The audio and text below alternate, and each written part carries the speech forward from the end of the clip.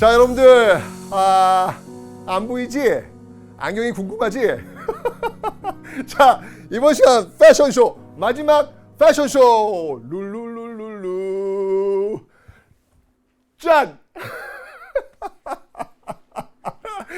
어때요? 참, 네. 그래요. 네. 좋습니다. 아니, 진짜, 저희 코디 언니가, 너무 신경을 많이 써주신다. 너무 감사해요. 제 안경 깔맞춤 맞춰서 옷 다 구해오셨어요. 대박이죠. 네, 우리 코디 언니를 위해서 박수 한번. 네. 예쁜데? 네. 어때요, 여러분, 안경? 네. 안경도 이렇게 좀 다른 패션을 해봤습니다. 도대체 왜 이렇게 안경에 관심이 많은데? 왜 우리가 수업시에 이걸로 해야 되는데? 자, 어쨌든 여러분들, 이번 시간 마지막이에요. 마지막입니다.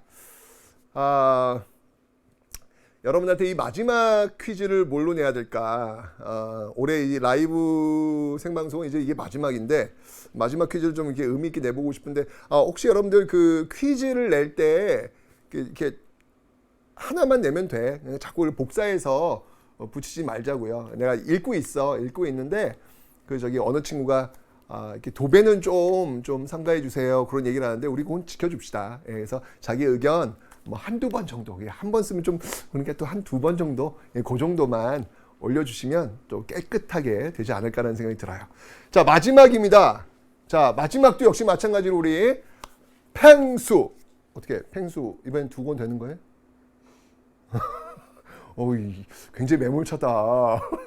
어제 2권 줬잖아. 하여튼 한 권 구해서 또 한 번 해주세요. 네, 다시 한번 볼게요. 지금 조현 씨 너무 힘들. 안 돼요. 알았습니다. 자, 오늘 이 펭수 노트의 주인공 제가 한번 또 선발해 보도록 하겠습니다. 문제가 나갈 텐데요. 이번 문제는 이걸 한번 내보고 싶어요. 여러분들 우리가 지금 역사를 배웠잖아. 물론 핵심적인 그런 키워드 중심으로 배웠기 때문에 사실 제대로 된 역사라고 할 수는 없습니다. 제가 이야기했지만 역사의 본질은 사람을 만나는 인문학이지 이렇게 시험 문제 나오는 정답을 외우는 시간이 아니거든요. 가끔은 저도 이건 아닌데 라는 그런 생각이 들긴 하지만 시험이라는 걸 봐야 되기 때문에 제가 지금 이런 얘기를 하는 거예요. 근데 지금 이렇게 우리가 근현대를 지금 공부하고 있는데 근현대는 세 시기로 나눌 수 있다고 제가 설명드렸잖아요. 개항기, 일제강점기, 현대사. 근데 그 시대를 살던 사람들이 다 그 시대의 과제가 있었어요. 개항기를 살던 사람들의 과제는 신분제 폐지. 그 신분제 폐지가 그 시대의 과제였죠. 그래서 갑신정변이 있었고 동학농민운동이 있었고, 일제강점기의 과제는 뭐였냐면 식민지로부터의 해방. 그죠? 그 식민지로부터의 해방을 위해서 의열단, 한인애국단, 한국광복군, 유관순 정말 많은 분들이 샛별같이 빛나면서 싸워왔던 그런 역사가 있습니다. 현대사의 과제는 뭐가 있냐면요. 현대사에서는 너무 가난했거든요. 네. 오늘 배우겠지만 6.25 전쟁으로 우린 진짜 구석기로 돌아갔거든요. 너무 가난했습니다. 그래서 가난으로부터의 어떤 해방. 그 다음에 또 하나 뭐냐면 이게 민주주의 역사가 짧기 때문에 독재. 이 독재가 있었죠. 그 독재로부터의 해방. 이게 이제 현대사의 과제였다라는 것이죠. 자, 그런데 여러분들 지금 우리가 한번 가만히 생각해 보자고요. 지금 우리가 신문지 사회에 살고 있나요? 아니에요. 우리는 지금 평등사회입니다. 여러분, 우리가 지금 식민지 살고 있나요? 아니에요. 우리는 지금 대한민국이라는 우리나라에 살고 있습니다. 여러분, 우리가 지금 절대적으로 가난한가요? 아닙니다. 절대 빈곤에서 벗어났습니다. 여러분, 지금 우리가 대통령을 우리 손으로 못 뽑나요? 아니요. 대통령 우리 손으로 뽑고 있습니다. 와우. 그럼 우린 여러분들 그 시대를 살아왔던 수많은 사람들이 쌓아온 그 역사의 선물을 우린 지금 누리고 있는 거예요. 그렇죠. 그럼 여러분들 이렇게 받은 선물 와 감사합니다로 끝나야 될까? 아니죠. 제가 100년 전 이야기를 이렇게 하니까 우리 뒤에 오는 100년 뒤 사람들도 우리 지금의 이야기를 분명히 할 거예요. 그래서 우리 시대의 과제는 무엇이었다라고 이야기를 할 겁니다. 그리고 이 시대의 과제를 위해서 이 시대 사람들은 어떻게 살아왔다라고 이야기를 할 거예요. 그죠? 자, 그래서 여러분들한테 질문을 드립니다.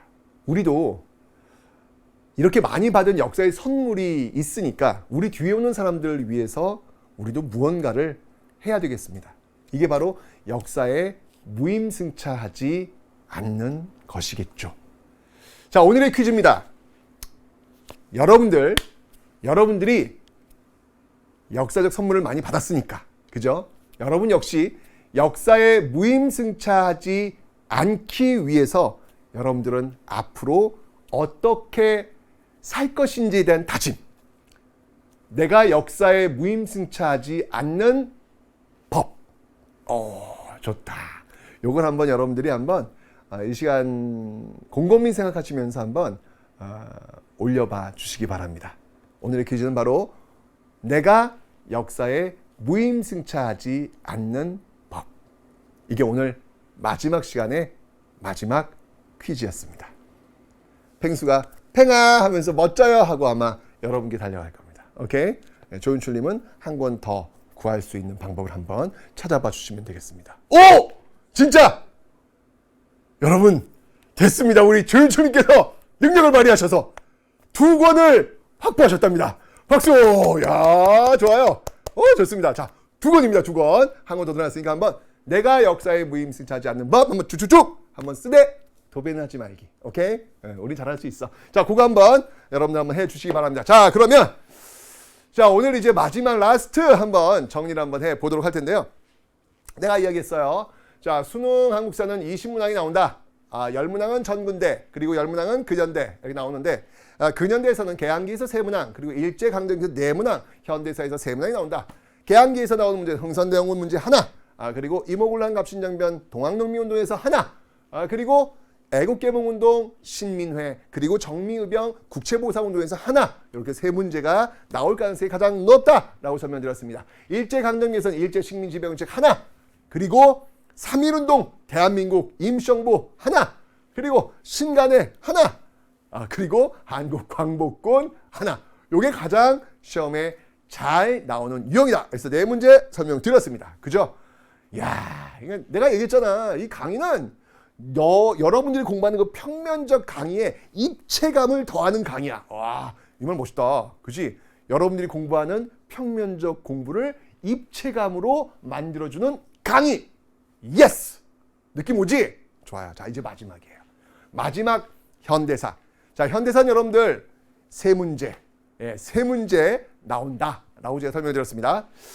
자, 현대사에서 3문제가 나오는데 이건 진짜 쉽다. 현대사에서 하나, 둘, 셋 있잖아. 근데 진짜 이거는 와, 대박이야. 내가 올해 수능 20번 문제 알려줘? 선생님 시험 문제 유출하실 건가요? 내가 유출할게. 내가 그만큼 자신 있다는 얘기야. 내가 19번하고 20번은 내가 이미 알아. 왜냐면 19번하고 29번, 이게 19번, 29번. 물론 문제의 길이에 따라서 이게 이제 왔다 갔다 할 거예요. 하지만 원래 배치는 이거거든. 19번하고 20번 문항 배치는 똑같아. 수능 19번 문제는 우리나라 민주화 운동 문제야. 민주화 운동 문제. 요거 19번 문제야. 그 다음에 20번 문제는 뭐냐면 통일 문제야. 민주화 운동 3가지만 기억하면 돼. 3가지만. 4.19 혁명, 5.18 민주화 운동, 6월 항쟁. 이 중에서 하나 나오는 거야. 통일 문제, 7.4 남북공동성명, 남북기본합의서, 6.15 남북공동선언. 요 3가지만 기억하면 돼. 여기서 한 문제 나오는 거야. 이거는 정해져 있어. 알려주는 거야. 지금 수능 19번, 29번, 20번을. 근데 그거 알아? 되게 많이 틀린다? 야, 나는 뭐 어이가 없어. 아니, 시험 문제 뭐가 나온다는 걸 알려줬는데도 불구하고 엄청 많이 틀린다? 오답률 되게 높다? 이유가 뭔지 알아? 공부를 안 하니까. 이게 어려운 파트가 아니거든요. 근데 안 하는 거야. 그러니까 안 하는 게 아니라 못 하는 거지. 왜냐면 우리들은 다 모두 구석기 시대 전문가니까. 여기까지 안 와. 여기까지 와야 되는데 안 와. 안 오고 시험을 가니까 분명히 이렇게 쉬운 문제임에도 불구하고 틀려. 아이고 답답해 죽겠어. 그래가지고 제발 여기까지 좀 와라 좀. 제발 좀 와. 그래서 요거는 맞추라고 내는 문제에 맞추라고. 내가 얘기했잖아. 필수 한국사는 한국인이라면 알아야 할 기본적 교양을 묻는 문제, 특히 민주화 운동과 통일 문제는 꼭 알아야 되기 때문에 이거는 계속 반복했지만 또 반복해서 내는 문제라고요. 그러니까 맞추라고요. 그러니까 좀 와. 좀 제발 좀. 아셨죠? 제발 구석기에만 머무지 말고 좀 와. 오케이? 그래서 오늘 이 시간에 잘 됐어. 여러분들 오늘 깔끔하게 잘 듣고 점심 맛있게 드시러 가시면 되겠습니다. 끝나고 나서는 우리 또 아름다운 영어쌤, 주혜연쌤. 네. 아유, 내가 너무나도 좋아하는 우리 주혜연쌤이 또 여러분들도 이 얼굴보다야 뭐 우리 주혜연쌤 얼굴 보는 게 또 좋잖아요, 여러분들. 그죠? 점심 드시고 오시면 되겠습니다. 자, 깔끔하게 이번 시간 들으시면 됩니다. 자, 그럼 이제 요 한 문제는 뭐냐? 이 한 문제는 제일 시험에 많이 나오는 게 뭐냐면 50총선. 왜냐면 이 50총선 통해서 대한민국 정부 수립되거든요. 50총선 아니면 6.25 전쟁. 50총선 아니면 6.25 전쟁. 여기서 한 문제. 이렇게 해서 세 문제, 현대에서 세 문제가 나온다. 그러니까 제가 얘기했잖아요. 일제강점기는 공부하는 패턴이 굉장히 단순해. 10년대, 20년, 30년 나눠 딱 공부하면 돼. 거기다 주머니에 쏙 집어넣으면 끝. 근데 현대사도 솔직히 말해서 이게 어떻게 접근될지 모르겠지만 나오는 문제가 정해져 있기 때문에 의외로 공부하기가 쉽다라고 하는 것을 여러분 기억하시면 되겠습니다. 됐죠? 자, 좋습니다. 자, 이렇게 현대사 정리했으니까 자, 이제부터 자석 들어가야 되는데 자, 뭐 한번 좀 볼까요? 김별우님, 큰별쌤 잘생겼어요. 이따가 저 김별우님 쓰면 그거 좀 다시 한번 봐주세요. 이러면 안 돼. 자, 그래. 이렇게 멋진 말들을 이렇게 많이들 써주고 있어. 네, 좋다. 좋다, 너희들. 좋네요. 네.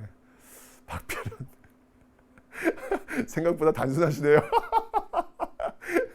좋습니다. 네, 김별진님, 나비 넥타이. 좋아요. 그렇지. 저 파트는 학교에서 가르쳐 준 적이 없대요. 맨날 내가 알아서 공부했는데 하긴 여기 진도가 잘 안 나가기도 하다. 그런 이유도 되겠네요. 네, 좋습니다. 이상한 부분에서 멈췄다. 왜 멈췄지? 네.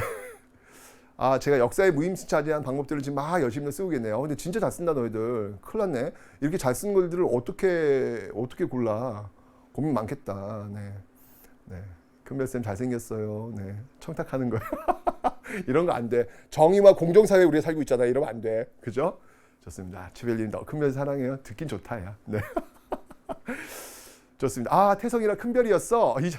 몰랐어? 야, 쌤, 큰별쌤. 태성, 큰별쌤. 이제 알았구나. 좋습니다. 오늘 옷이 진짜 제일 예뻐요. 네, 다들 마음에 듭니다. 좋아요. 자, 지금부터 한번 들어가면서 한번 보도록 하겠습니다. 오늘 마지막 시간 마무리 되겠습니다. 자, 자석 들어갑니다. 여러분들 광복됐어. 1945년대 광복이야. 대한독립 만세! 이렇게 외치던 한민운동 때 드디어 우리가 이제 광복한 거야.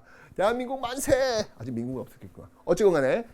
자, 그런데 중요한 건 뭐냐면 우리가 광복과 함께 너무나도 좋았지만 광복과 함께 우리는 분단이 시작되었다는 또 비극이 있어요. 네, 그래서 어찌 보면 우리 현대사는 아직 시작이 안 된 건지도 몰라. 자, 그래서 열강들에 의해서 우리의 질서가 정해지게 됩니다. 자, 그 열강들의 질서, 그게 뭐였냐면 바로 모스크바 삼국 외상회의라는 거예요. 자, 요 파트도 꽤 중요해요. 이 모스크바 삼국 외상회의에서 결정된 게 뭐냐면 이 땅에다가 임시정부 세우겠다. 대신 신탁 통치하겠다. 이 문제 더 논의하기 위해서 미소공동위원회 열겠다. 요 내용이에요. 요 내용. 요게 모스크바 삼국 외상회의야. 자, 그래서 열린 게 바로 미소공동위원회라고. 근데 이게 잘 안 돼. 자, 요 흐름만 봐. 모스크바 삼국 외상회의에서 결정된 게 바로 미소공동위원회였고, 그래서 미소공동이 열렸는데 잘 안 됐단 말이야. 오케이. 자, 요 흐름만 보면 돼. 자, 그런 상황 속에서 결국 이 문제가 모스크바 삼국 외상회의 미소공동에서 열리지 않고 해결되지 않고 이 문제 어디로 가냐면 유엔으로 넘어간다고. 유엔으로 넘어가서 유엔에서 결정된 게 뭐냐면 그럼 총선하라는 거야. 국민들이 대표 뽑아가지고 정부 만들라는 거야. 그래서 열린 게 바로 이 50총선이라는 거. 이 50총선은 우리 역사상 최초의 보통 선거예요. 한 사람 남녀노소 구별하지 않고 모두 한 표씩 주권을 행사할 수 있는 최초의 역사적 사건. 그러니까 시험에 나온다고. 너무 중요하니까 시험에 나온다고. 그만큼 역사에 의의가 있다고. 3.1운동이 제가 왜 그랬잖아. 제국에서 민국으로, 백성에서 시민으로 넘어가는 분기점. 너무 중요한 역사적 사건. 그러니까 시험에 나온다고 라고 얘기했잖아요. 똑같아. 50총선 역시 이제까지 없었던 보통선거 1인 1표제가 시행되는 최초의 사건이기 때문에 너무 중요하기 때문에 시험에 나온다고. 오케이? 자, 50총선. 이 50총선 통해서 드디어 대한민국 정부가 수립되었습니다. 빠빠빠빠빠빠빰. 좋아요. 네. 왜 이렇게 앞에서 웃고 있어요? 자, 좋습니다. 자, 그래서 50총선 대한민국 정부 수립됐고, 그 다음에 이 대한민국 정부가 해야 될 두 가지 일이 있었어요. 첫 번째 뭐였냐면 정의를 세우는 일이야. 그게 뭐였냐면 바로 일제강점기에 일제 부역했던, 그리고 독립투사를 잡아들였던 바로 그런 반일, 그러니까 그런 반민족자, 친일파들 있잖아요. 반민족 행위자들, 그 사람들을 벌 주는 거 너무 중요하잖아. 대한민국 정부 수립되면서 제일 먼저 그거 해야지. 그래서 만든 게 바로 반민특위라는 사실. 물론 이 반민특위는 제대로 시행이 되지 않습니다. 제대로 시행되지는 않습니다. 그리고 또 하나는 뭐냐면 농지개혁이에요. 농지개혁은 뭐냐면 일제강점기에 땅이 없었잖아. 일제가 다 토지 뺏어갔으니까 그걸 이제 분배받는 거. 이게 꿈이었단 말이야. 광복됐는데 일제 35년에 그 치욕이 끝났는데 뭔가 돌아온 게 있어야 될 거 아니야. 그건 바로 내 땅. 내 땅을 받는 것이죠. 그래서 농지개혁. 그러니까 대한민국 50총선을 통해서 대한민국 정부가 수립되고 그 대한민국이 제일 먼저 해야 될 일이 바로 이 반민특위와 농지개혁 이 두 가지라고 하는 사실을 여러분들 꼭 기억을 해놓으시면 되겠습니다. 이걸 하는 과정에서 빵 터지네. 그 빵 터진 사건이 무엇이다? 바로 6.25 전쟁. 6.25 전쟁이 의외로 제가 세 문제 중에서 한 문제 민주화운동, 한 문제 통일이라고 그랬잖아요. 그러니까 한 문제가 지금 나와야 되는데 이 한 문제 중에서 의외로 시험 문제에 많이 나온 게 6.25 전쟁이에요. 사실 50총선보다도 6.25 전쟁이 더 많이 나오기는 합니다. 그래서 6.25 전쟁의 흐름을 여러분들이 기억을 하셔야 됩니다. 그런데 6.25 전쟁의 그 흐름 속에서 여러분들이 꼭 기억해야 할 포인트 두 개가 있으니, 자, 북한이 남침을 했어요. 쭉쭉 밀고 내려왔어요. 그런데 그 상황을 역전시킨 포인트가 있다고. 그게 뭐였냐면 바로 인천 상륙작전이라고. 이 인천 상륙작전 다시 올라간다고. 올라가는데 이 상황을 역전시킨 또 하나의 포인트가 있다고. 그게 뭐냐면 바로 중국이 개입했다고. 중국 개입을 밀고 내려오면서 결국 우리는 서울을 잃어버린다고. 다시 이게 바로 일사후퇴라고. 요 흐름 북한이 남침했고 인천 상륙작전 다시 올라가다가 다시 중국 개입이 내려왔어. 서울 뺏겼어. 일사후퇴. 그리고 이제 휴전을 체결하는 그 모습들, 요 흐름이 정말 잘 나오는, 특히 인천 상륙작전과 그 다음에 이 중국의 개입, 요 흐름을 여러분 놓쳐서는 안 되겠습니다. 진짜 시험에 잘 나오는 포인트니까 꼭 기억을 해 두시라. 요게 이제 한 문제 나올 때 가장 중요한 문제라고 제가 말씀을 드렸습니다. 됐죠? 자, 이렇게 해서 제가 세 문제 중에서 한 문제 나올 수 있는 가능성 50총선 그리고 6.25 전쟁까지 설명을 드렸습니다. 자, 이제 두 번째 문제 나올 거 바로 민주화 운동이다 라고 설명을 드렸어요. 자, 민주화 운동이 여러분 꼭 기억해야 될 세 가지 민주화 운동, 4.19 혁명, 5.18 민주화 운동, 6월 민주항쟁. 자, 그런데 이 4.19 혁명, 5.18 민주화 운동 그리고 6월 민주항쟁은요, 각각의 사건들마다 키워드가 있어. 그 키워드만 딱딱딱 장착해 놓으면 모든 문제가 다 풀려. 그 키워드를 아느냐 모르느냐의 싸움이야. 오케이? 그 키워드 이제 알려드릴 거예요. 자, 75번 좌석 너무 중요해. 자, 간다. 자, 4.19 혁명이야. 자, 4.19 혁명은 어느 정부에서 있을 때 일어났을까? 이승만 정부가 있을 때 일어났습니다. 자, 그 이유가 뭐냐면 진짜 잘 나오는 답지지. 바로 그 이유는 4.19 혁명의 원인을 제공했던 사건은 바로 3.15 부정선거. 이거 말도 안 되는 선거였어. 이거 어떤 선거냐면 예를 들면 이런 거야. 최태성이 당선돼야 돼. 최태성이 당선돼야 되는데 꼭 당선되고 싶은 거야. 그래서 투표함에다가 원래 이 투표 제적수가 30명이라고 가정을 했을 때 투표함에다가 내 표를 50표, 찬성표를 50표를 집어넣은 거야. 뚜껑을 열었더니 30명밖에 투표할 수 없는데 최태성 찬성이 50표가 나온 거야. 말이 돼? 말도 안 되지 이게. 학교에서도 반장선거 이렇게 안 하잖아요, 여러분들. 이렇게 뽑는 거 말이 안 되잖아, 그죠? 그래서 또 학생들이 들고 일어나요. 자, 그게 바로 4.19 혁명이야. 바로 이 3.15 부정선거의 원인, 이 3.15 부정선거 때문에 바로 이 4.19 혁명이 일어나더라. 바로 여기에 저항했던 학생들 중에서 그 저항하는 과정에서 최루탄을 맞고 죽게 된 학생이 있다고요. 그 학생이 누구냐면 그 학생이 바로 김주열 학생. 자, 그래서 기억하셔야 돼요. 김주열. 3.15 부정선거에 저항했던 김주열. 기억하셔야 되고요.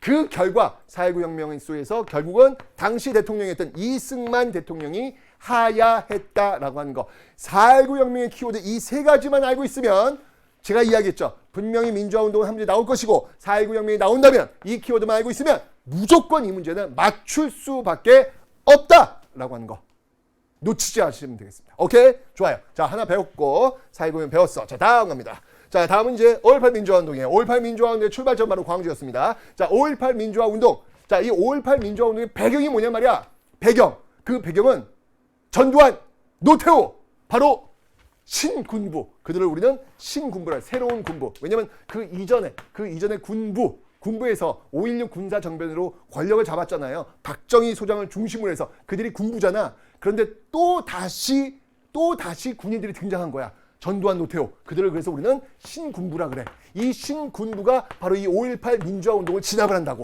예? 계엄군을 투입해가지고 진압을 한다고. 이 계엄군을 투입해서 진압하는 과정 속에서 너무나도 무고한 시민들이 희생이 돼. 그 시민들이 형성되었던 부대, 시민군. 그래서 이 5.18 민주화운동에서는요, 계엄군과 시민군, 신군부에 저항했던 시민군. 요게 키워드야. 요 키워드를 여러분들이 기억하시면 되겠습니다. 됐죠? 자, 5.18 민주화운동 됐고요. 그 다음에 6월 민주항쟁, 1987년 6월 민주항쟁.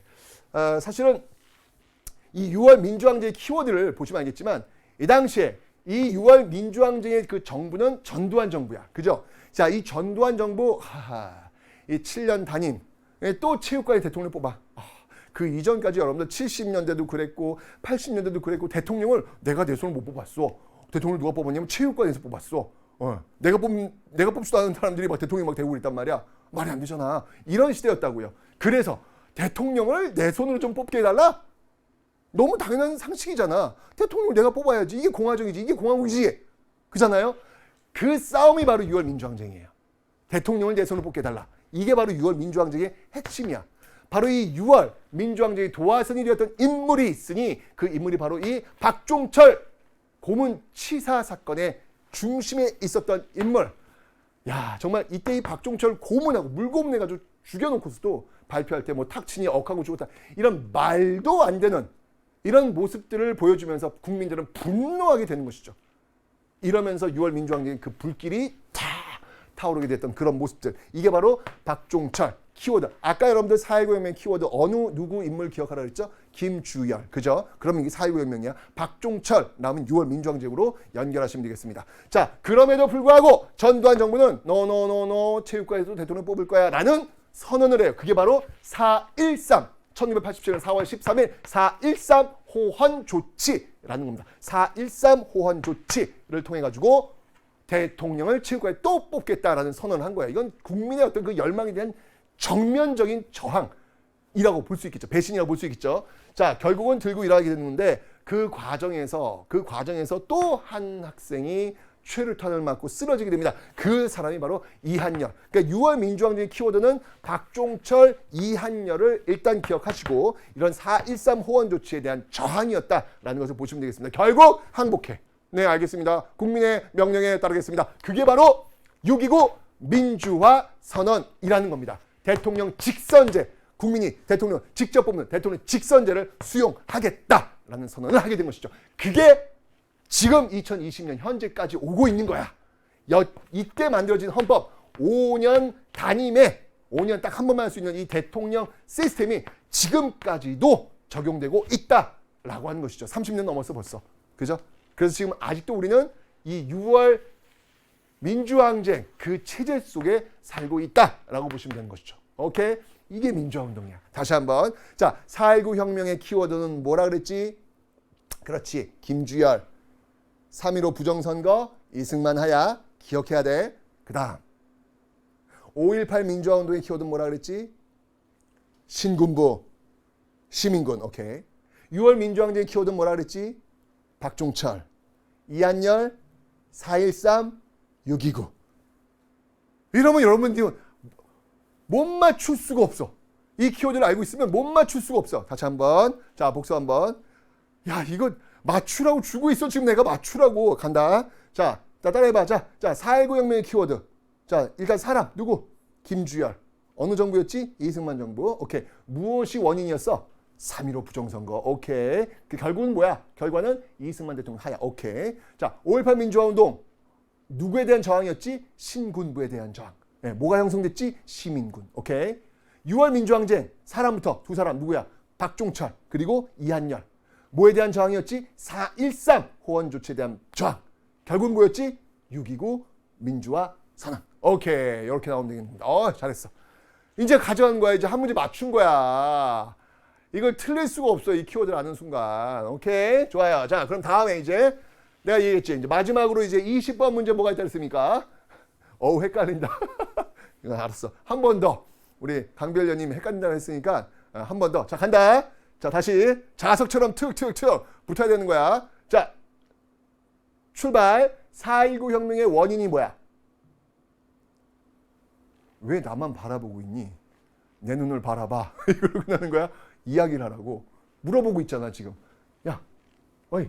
자, 이야기를 하라고. 오케이? 자, 부담스럽구나. 알았어. 자, 4.19 혁명의 원인. 3.15. 부정선거. 자, 4.19에 기억해야 될 인물. 김주열. 열자로 끝나는 분들이 굉장히 많으셔. 김주열. 그 결과는 뭐지? 이승만 대통령의 하야. 오케이? 원인 3.15 부정선거, 결과 이승만 대통령 하야. 그 도화선이 되었던 인물 김주열. 오케이? 다음 5.18 민주화운동. 자, 이 5.18 민주화운동은 무엇에 대한 저항이었지? 신군부에 대한 저항이야. 오케이? 그래서 뭐가 형성되었지? 시민군, 계엄군에 대한 저항으로 시민군 형성됐어. 요거 기억하면 돼. 오케이? 자, 6월 민주항쟁. 뭐가 원인이었지?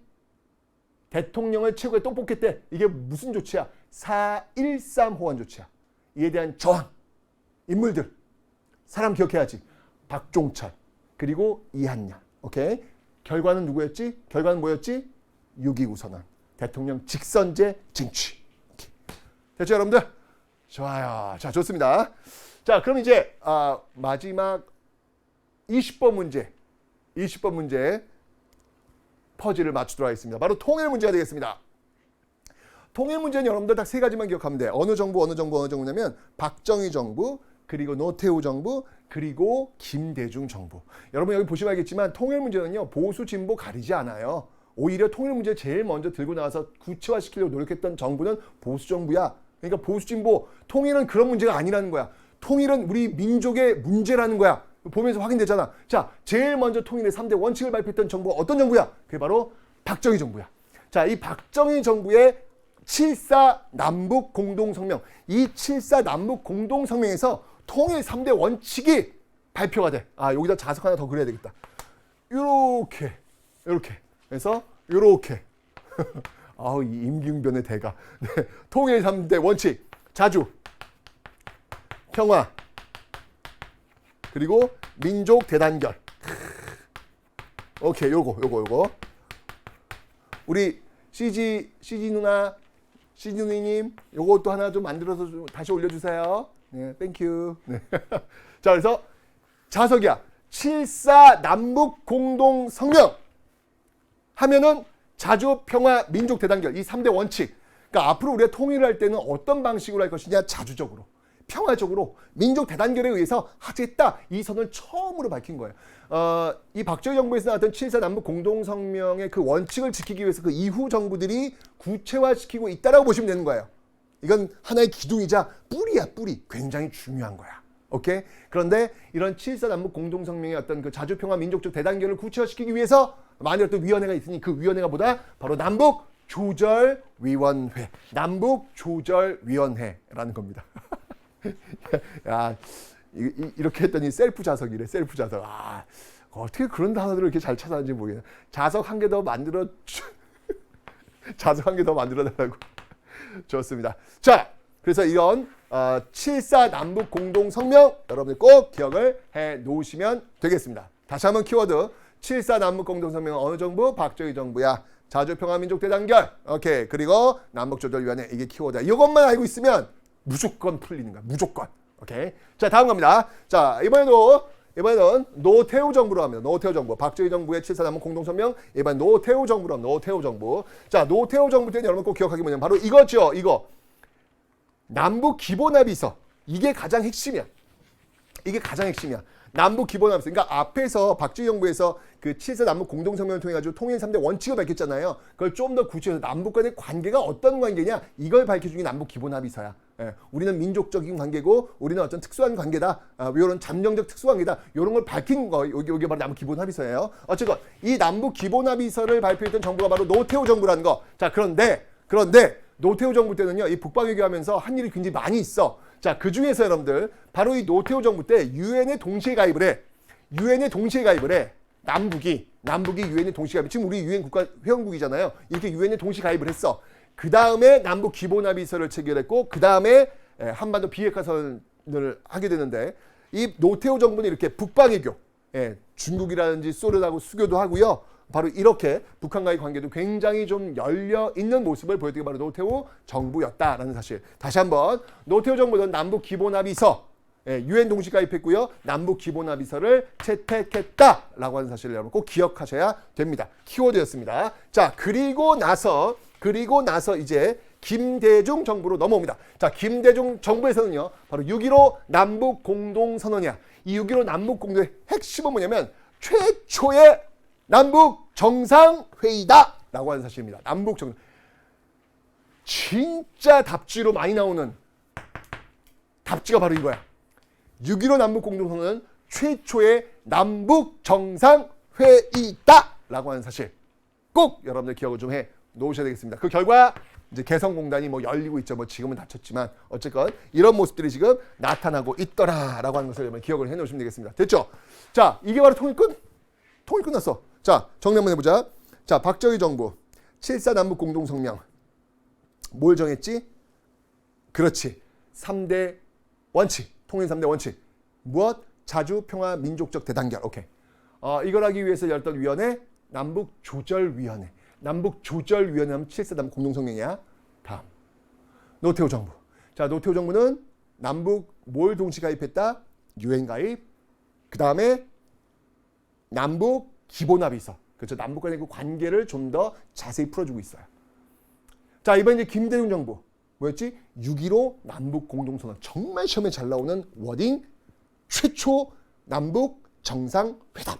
오케이. 그 결과 뭐 개성공단 뭐 이런 것들이 열리고 있다라는 거. 요거 여러분들 꼭 기억을 해 놓으. 이게 바로 수능 20번 문제야. 이게 수능 20번 문제야. 나왔잖아. 이거 틀리면 어떡해. 아니 이렇게 출제위원분들은 정말 어떻게든 이 정도는 알아야지라고 하면서 냈던 문제를 또 내는 거예요. 정말 이거 내면서도 이걸 또 내야 되나? 이런 생각이 들 정도로 또 낸단 말이야. 그런데 또 틀려. 야, 오질 않아 이때까지. 이번 강의를 통해서 여러분들 제가 진짜 키워드 콕콕콕 집어 드렸으니까 이제 수능 19번 문제와 수능 20번 문제는 틀리지 맙시다. 알았죠, 여러분들? 오케이. 자, 그런데 가끔 경제를 빼놓을 수가 없잖아요. 경제를. 그죠? 왜냐면 우리가 또 이 민주화의 나라이기도 하지만 또 경제 성장을 이뤘던 한강의 기적을 이뤘던 나라잖아. 이것도 자랑하고 싶어. 이것도 좀 한국인이라면 알아야 될 것 같아. 근데 문제는 지금 딱 할당된 게 두 문제밖에 없잖아. 앞에서 6.25 전쟁이나 그건 써야 되니까. 민주화운동과 통일 이거밖에 없단 말이야. 이것도 알리고 싶어. 나 자랑하고 싶단 말이야. 어떡해. 그럼 어떡해요. 한 문제를 가끔은 바꾸기도 합니다. 그래서 경제 문제 하나는 좀 여러분들이 좀 알고 있을 필요가 있겠다. 자, 그래서 경제하면 경제 성장. 박정희 정부에서 가장 시험 문제가 많이 나오고 있습니다. 왜? 한강의 기적을 이뤄냈잖아. 그죠? 그래서 이 경제 문제가 가끔 교체돼서 민주화 운동이나 통일 중에서 하나를 교체해서 나오기도 합니다. 오케이. 자, 이 박정희 정부는 여러분들 뭐 정치도 그렇지만 60년대, 70년대 이분께서 이제 18년 동안 계신 분이기 때문에 굉장히 길어. 그래서 60년대, 70년대 이렇게 나눠서 봐야 돼. 나눠서 봐야 되는데 이때 여러분들이 기억해야 될 내용. 경제개발 5개년 계획. 이분이 이제 군인 출신이라서 뭔가 목표를 설정하고 계획을 밀어붙이는 걸 동의 좋아하시거든요. 그래서 경제개발 5개년 계획, 경제개발 5개년 계획으로 나누어서 여러분 접근을 좀 해줘야 되는데 60년대 경제개발 5개년 계획의 핵심은 돈이 없으니까 뭘 해야 돼? 돈이 없으니까 옷 만들고 신발 만들고 그래야 될 거 아니에요. 제일 싸니까 경공업 중심. 그걸로 돈 좀 벌었어. 그리고 70년대 와서는 그 돈을 갖고 이제 중화학공업. 그래서 60년대는 경공업, 70년대는 중화학공업 중심으로 갔다는 게 키워드 기억하시면 되는데, 자, 요 60년에서 70년을 넘은 요 사이에 우리가 또 놓치지 말아야 할 게 있습니다. 여러분, 역사는요, 다 명과 암이 있는 거야. 다 좋은 것만 있는 건 아니야. 이렇게 엄청난 한강의 기적, 경제성장을 이뤄냈지만 그 배경을 보면 저 임금과 저 국가, 정말 노동자들이 너무나도 고생하면서 만들어낸 결과물들이거든. 그래서 우리 노동자들에게도 인권을 달라. 제발 한 달에 일요일 2번만은 좀 쉬게 해달라. 뭐야? 일요일은 당연히 쉬는 날 아니에요? 그것도 2번만? 뭐야? 그러니까 이게 요구 조건이 될 정도로 그 당시 너무 열악했다는 거야. 그걸 주장하면서 분신했던 인물이 있으니 그 인물이 바로 전태일이더라. 전태일도 여러분 기억을 좀 해놓으셔야 되고요. 그리고 바로 이 70년에 드디어 경부 고속국도, 서울과 부산에 있는 경부 고속국도가 뻥 열리게 되더라. 이게 이제 우리 경제 동맥이 된 것이죠. 예, 그래서 경부 고속국도, 전태일이 명과 암 이런 게 다 같이 공존하고 있다는 이야기예요. 그리고 70년대에 드디어 바로 이런 명과 암을 바탕으로 해서 우리가 드디어 수출 100억 불 달성. 그리고 지금 우리 수출 강국된 거잖아요. 그죠? 예, 그래서 요게 시험에 경제 파트로 나온다면 가장 많이 나오는 부분이니까 요 자석도 여러분들 좀 기억을 해 놓으시면 되겠습니다. 됐죠? 자, 그 다음에 요것도 이거 김영삼 정부도 의외로 경제 파트에서 많이 나와요. 이유가 있지. IMF. 너무 놀라운 그런 사건이 김영삼 정부 때 있었기 때문에 굉장히 많이 나옵니다. 그런데 김영삼 정부 때 IMF가 있냐? 그건 아니에요. 굉장히 발전적인 그런 모습들도 있거든요. 그런 것들. 그러니까 선지로 만들 수 있는 키워드들이 너무 많아서 시험 문제 굉장히 많이 나옵니다. 박정희 정부 아니면 김영삼 정부. 이렇게 시험 문제 많이 나온다는 거 기억을 해놓으세요. 특히 이 경제 파트 문제를 내는 이유 중에 하나 뭐냐면, 경제 파트 문제를 낼 때는 여러분들 그냥 안 내고요. 그래프를 갖고 와요. 그래프. 원래 이게 역사하는 사람 저도 그렇지만 숫자에 약해요.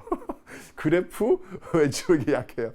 근데 이렇게 시험지에 안 치면 그래프가 앉아 있으면 되게 예뻐요. 좀 좋잖아. 딱 이렇게 글자만 있다가 딱 그래프 안 치면 예쁘잖아요. 그래서 그래프 문제를 통해서 수학적 사고도 할 수 있는 어떤 그런 효과가 있으니까 그런 것들을 좀 할 수 있도록 하기 위해서 경제 문제 낼 때는 그래프 문제를 낸다고요. 오케이? 그래서 박정희 정부, 김영삼 정부 보여줄 때 그래프 문제 갖고 내는 경향이 많이 있는데, 김영삼 정부 같은 경우에는요. 이때는요. 바로 그 앞에 있었던 그 발전을 바탕으로 드디어 우리가 선진국 클럽이라고 할 수 있는 OECD에 가입을 합니다. 선진국 클럽. 예. 그리고 이제 모든 통장은 사람 이름으로 만들라. 금융실명제가 전격적으로 시행이 됩니다. 굉장히 이런 것들은요. 선진 금융체제, 선진국으로 가기 위한 어떤 그런 시도였다고요. 그죠? 근데 이런 것들을 수행하는 과정 속에서 어떤 그 토대가 좀 미약했던 것이지, 결국은 우리가 외환 위기, 외환 부족 사태가 오는 IMF를 맞이하게 되었더라. 결국 이 IMF를 극복했던 게 바로 김대중 정부, 특히 이때 우리 민족의 또 한 번 제2의 국채 보상 운동이라 일컫는 금모으기 운동이 전개되었다는 사실까지 여러분들 기억해 놓으시면 되겠습니다. 됐죠? 와우! 이렇게 해서 여러분들 현대사의 모든 키워드를 다 살펴봤습니다. 자, 이제 문제를 풀어봐야 될 텐데 우리 한번 볼까요? 댓글 한번 봅시다. 네, 선진국 클럽 좋습니다. IMF IMF F 학점 받았다고요? IMF 뭐 그것도 말이 되겠다. 왜냐면 경제적으로 그때 굉장히 어려운 시기였으니까 IMF 그것도 말이 되겠네요. 실명제 전에는 여러분들 질문이 있는데, 실명제는 가명제인가? 근데 당시에 통장을 어떻게 만들었냐면 이런 사람도 있어요. 그러니까 친척들이 통장을 만들 때 뭐 통장 이름이 이쁜이네 통장이야. 사람 이름이 아니라 이런 식으로 통장을 만들었어요. 저희 집도 그랬거든요. 근데 금융시면 되면 그런 거 못 만드는 거죠. 네, 그런 것들, 그런 얘기를 하는 겁니다. 좋죠? 좋습니다. 네. 좋아요. 이 키워드 이렇게 보니까 재밌는 게 많이 있네요. 좋습니다. 15개정 교과서 내용은 아직 수능에서 15개정 교과서 내용은 아직 수능에 반영되지 않아요. 예, 이제 고등학교 1학년이 쓰는 거기 때문에 수능에 반영되면 2년 뒤에나 반영이 될 겁니다. 지금은 여러분들 예전 교과서로 보시면 돼요. 저는 거기에 준해서 지금 설명을 드리고 있습니다. 됐죠? 쌤 방금 생각났는데 이제 생각나요. 옷이 꿀벌 같아요. 꿀벌. 좋습니다. 자, 이제 여러분 공부했던 거 내용을 바탕으로 해서 문제를 한번 풀어 보도록 하겠습니다. 갑니다. 자, 이 회의가 개최되던 시기의 상황으로 옳은 것은 자, 뭘까 이 회의가 쭉 보니까 그러네요. 지금 모스크바 내가 얘기했어. 광복되고 나서 우리 한반도는 외세에 의해서 움직였다. 그 외세의 대표적인 회의가 바로 모스크바 삼국 외상회의였다. 여기서 미소 공동위원회를 열기로 했다. 요 얘기 설명드렸습니다. 그죠? 자, 그러면 이 모스크바 바로 그 시대네. 그 시대 키워드 봤어. 항상 개념을 공부하면 이런 키워드가 보인단 말이야. 오케이? 자, 그런 상황 속에서 갑니다. 두둔두두 보니까 그렇죠. 지금 이 모스크바 삼국 외세에 결정된 게 뭐였냐면 바로 정부 세우겠다. 근데 신탁 통치하겠다. 이 문제를 미소공동위원회에서 결정하겠다는 그 얘기잖아요. 바로 여기 지금 신탁 통치 문제를 둘러싼 갈등이 있었다. 그렇죠. 좌측에서는 모스크바 삼국 외상회의의 총체적 지지, 우측에서는 신탁 통치 반대하면서 좌우 대립이 전개되고 있는 상황. 정답은 그래서 2번 고르시면 되겠습니다. 좋아요. 앞에 현대사 세 문항 중에서 한 문항이 나올 수 있는 가능의 유형이 이렇게 나온다는 얘기예요. 모스크바 삼국 외상이 중요하다고 제가 말씀드렸고요. 자, 다음 갑니다. 자, 미추치 총선. 그렇죠. 이 50 총선을 빼놓으면 말이 안 되거든. 이 미추치 총선과 실시된 시기를 연표해서 옳게 고른 것은 자, 이건 이제 골라야지. 이건 그지? 자, 지금 보니까 유엔의 결의에 의해서 50 총선이라는 키워드가 등장했습니다. 그럼 50 총선 언제 열리냐는 거야. 자, 대한제국소리 너무했다. 국권필탈 너무했다. 일단 8.15 광복으로 가야지. 8.15 광복에서 그렇죠. 우리 지금 요 시기 예, 여기서 한 문제 나온다 그랬잖아. 6.25 전쟁까지. 요 시기네. 그래서 여기서 나온 게 50 총선 많이 나오고 6.25 전쟁 나온다. 그 얘기한 거잖아요. 그렇죠? 바로 정답은 4번 라. 딱 고르시면 되겠습니다. 흐름만 잡으면 돼요. 맨 처음에는 외세들이 논의를 했어. 그다음에 모스크바 삼국 외상회의 미소공동위원회야. 그런데 결국 이게 해결이 안 되자 넘어왔어. 유엔에서 결국 총선하라. 그래서 50총선 결국 대한민국 정부 수립. 요 흐름을 여러분 딱 기억을 해 놓으시라는 겁니다. 오케이, 좋습니다. 다음 갑니다. 자, 민주화운동에 대한 설명. 자, 제가 얘기했습니다. 수능 19번 문제는 바로 민주화운동 문제다. 4.19 혁명과 5.18과 그리고 6월 민주화운동이 있다. 그 각각의 민주화운동의 키워드를 딱딱딱 기억하면 된다라고 설명드렸습니다. 자, 여기 지금 볼게요. 키워드 볼게요. 보입니까? 보여요. 지금 여기 3.15 부정선거 떡하니 지금 나와 있습니다. 자, 그럼 3.15 부정선거 나왔어. 그럼 이건 어떤 민주화운동이야? 4.19 혁명이야. 4.19 혁명 키워드 한번 볼까? 4.19 혁명의 원인은 3.15 부정선거야. 결과는 이승만 대통령 하야야. 그때 활약했던 인물 김주열. 요거 기억하라고 그랬습니다. 자, 그럼 4.19 혁명 갑니다. 자, 4.19 혁명에서 이 민주화운동에 대해서 하면 옳은 것 나와 있죠. 아까 그 자석, 철커덕 붙었던 자석. 바로 이승만 대통령의 하야를 이끌어냈다. 틀릴 수가 없어. 틀려도 안 돼. 알려줬잖아. 나온다고. 키워드까지. 이걸 왜 틀려? 정답은 5번 고르시면 되는 것이죠. 오케이. 자, 다음 겁니다. 자, 민주화운동 풀었고 하나 더 풀어보겠습니다. 가민주화운동에 대해서 하면 옳은 것은 자, 보입니까? 키워드가 보입니까? 도도도도도도도 키워드 보여? 와우. 여기 지금 박종철 등장. 그 다음에 4.13 등장. 6.29 등장. 오, 뭐 키워드 다 나왔어 지금. 키워드 다 나왔어. 그죠? 어허. 그러면 뭐지? 박종철, 4.13, 6.29 하나의 키워드가 있다면 이한열인데 그죠? 대통령 직선 쟁취했던 그 6월 민주항쟁. 자, 6월 민주항쟁에 대한 설명을 옳은 거 고르시면 되겠네요. 보입니까? 여러분들 답지가 두두둑. 그렇죠. 바로 6월 민주항쟁의 핵심은 뭐냐면 4.13 5원 조치가 대통령을 체육관에서 뽑겠다는 거 아니야. 이에 대한 반발이 6월 민주항쟁 아니야. 그래서 나온 게 6.25 선언 아니야. 6.25 선언 결과 어떻게 된 거야? 대통령 직선제 개헌을 이끌어냈잖아. 정답은 2번 고르시면 되는 거죠. 그죠? 오케이. 어렵지 않아. 마치 수학의 공식처럼 뜨드득 풀리고 있습니다. 자, 다음 문제 볼게요. 자, 이번엔 이제 마지막 수능 20번 문제야. 20번 문제는 바로 통일의 문제가 되겠지. 자, 키워드 보이니? 보여. 여기 지금 남북한 유엔 동시가입 보이네. 자, 그럼 이건 어떤 정부야? 키워드에 설명드리자. 7.4 남북 공동성명 박정희 정부고 그리고 자주평화 민족대단결 남북조절위원회 이게 7.4 남북 공동성명 키워드라면 바로 이 남북한 유엔 동시가입은 어느 정부의 키워드야? 노태우 정부였어. 노태우 정부의 남북한 유엔 동시가입 그리고 남북한 기본 합의서 채택했다라고 설명드렸습니다. 자, 보이니? 보여. 정답은 3번 남북 기본 합의서 채택. 정답지로 고르시면 되겠습니다. 오케이? 자, 마지막 문제 한번 풀어볼까? 마지막 문제. 자, 다음 연설문을 발표한 정보식에 있었던 사실로 옳은 것은 아직 통일 문제구나. 자, 한번 볼까요? 자, 보니까 키워드가 보이니? 보여. 여기 있다. 최초로 남북 정상회담을 성사시켰대. 그럼 이건 뭐야? 김대중 정부의 6.15 남북 공동선언은 아니야. 이 시기에 있었던 사실 옳은 것. 6.15 남북 공동선언, 김대중 정부, 개성공단 이런 것들이 키워드로 붙었는데 정답 한번 보도록 하겠습니다. 쭉 보니까 네. 유신헌법은 이거는 이제 박정희 정부고요. 금강산 관광이 시작되었다. 정답은 네, 2번 이렇게 고르시면 되겠습니다. 그죠? 남북조절위원회는 박정희 정부고요. 남북기본합의서 노태우 정부고요. 반민특위는 이승만 정부. 제가 앞에서 설명드렸는데 1번, 3번, 4번, 5번 딱 제거하니까 딱 하나 남네요. 2번 금강산 관광이 시작되었다. 2번 정답지로 고르시면 되겠습니다. 좋아요. 자, 이제 마지막 경제 문제 하나 보도록 하겠습니다. 자, 다음 상황이 전개된 정부식이 사실 옳은 것은 내가 이야기했어. 경제 파트에 나올 땐 박정희 정부와 김영삼 정부가 제일 많이 나온다. 근데 여기 지금 보니까 OECD 등장했어. 그리고 IMF 등장했어. 이거 어떤 정부예요? 바로 김영삼 정부임을 알 수 있습니다. 김영삼 정부, OECD, IMF, 금융실명제 핵심적 키워드를 제가 설명드렸죠. 자, 그 자석들이 어떻게 보여지는지 한번 볼까요? 있어요, 답이 있어요. 4번 금융실명제 전면 시행되었다. OECD, 금융실명제, IMF, 김영삼 정부 이 세 가지가 키워드를 설명드렸잖아요. 그래서 이렇게 문제가 나온다. 돌아가면서 이게 자료가 나오면 이게 답지가 되는 것이고 이게 자료가 나오면 이게 답지가 되는 거. 이런 식으로 돌아가면서 문제가 형성되고 있다라고 하는 것을 여러분 기억하시면 되겠습니다. 오케이, 굿. 자, 이렇게 해서 여러분들 다 풀었어.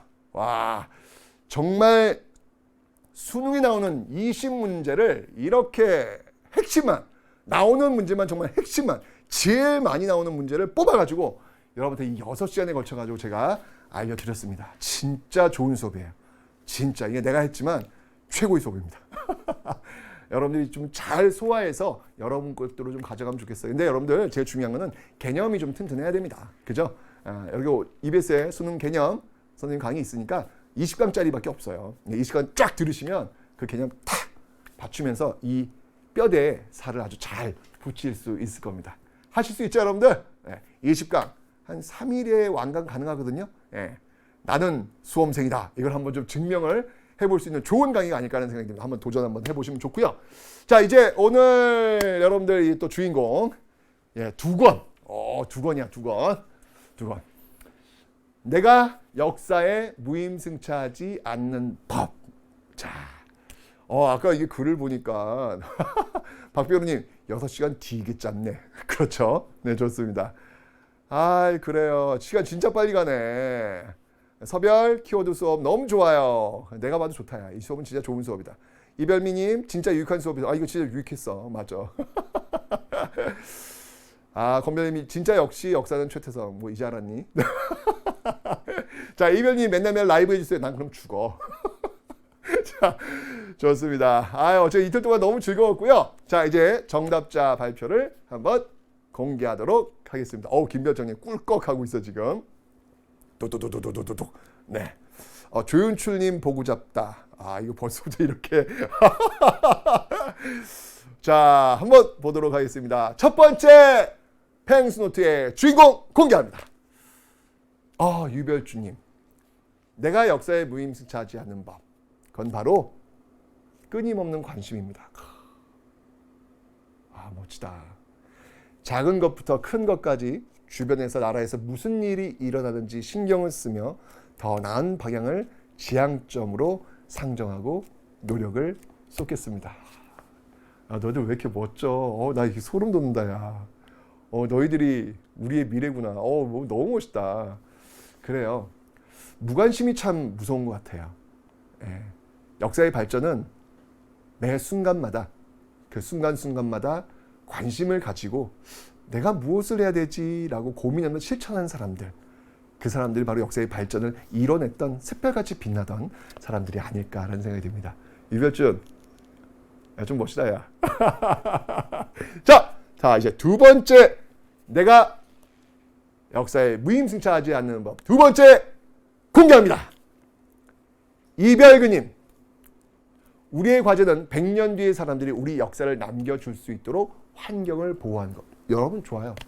역사의 무임승차증이 너무 그게 뭐 대단한 게 아니에요. 내가 할 수 있는 그 작은 일.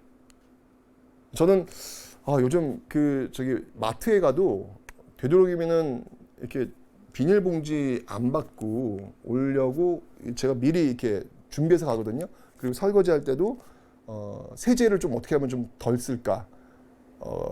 깨끗이는 안 되더라고요. 어쨌건 뭐 그런 거 작은 거 하나라도 실천하는 모습이 있으면 좋지 않을까라는 생각이 듭니다. 그런 데서부터 그런 모임이 하나씩 모일 때마다 우리는 좀 더 건강한 사회가 되겠죠. 오, 야 너희들 멋지다. 어쨌건 상품 받으실 분 EBS 아이디 이름하고요. 이거 적어가지고 ebsi@ebs.co.kr에 보내주시면 되겠습니다. 여러분들 여기서 끝이 아니야. 펭수노트 아직 기회가 있다고. 이 펭수노트 다음에도 계속 이어지는 거죠? 네. 바로 밥은 먹어야지. 그치? 배고프지? 밥 먹고 와. 그러니까 1시부터 우리 아름다우신 주혜연 선생님, 실력 짱짱 주혜연 선생님의 영어가 기다리고 있습니다. 여기에서 또 다시 펭수가 기다리고 있으니 여러분들 잡으시면 되겠습니다. 어쨌건 여러분과 행복했던 6시간의 역사여행 여기서 마무리하겠습니다. 역사는 최태성! 우와!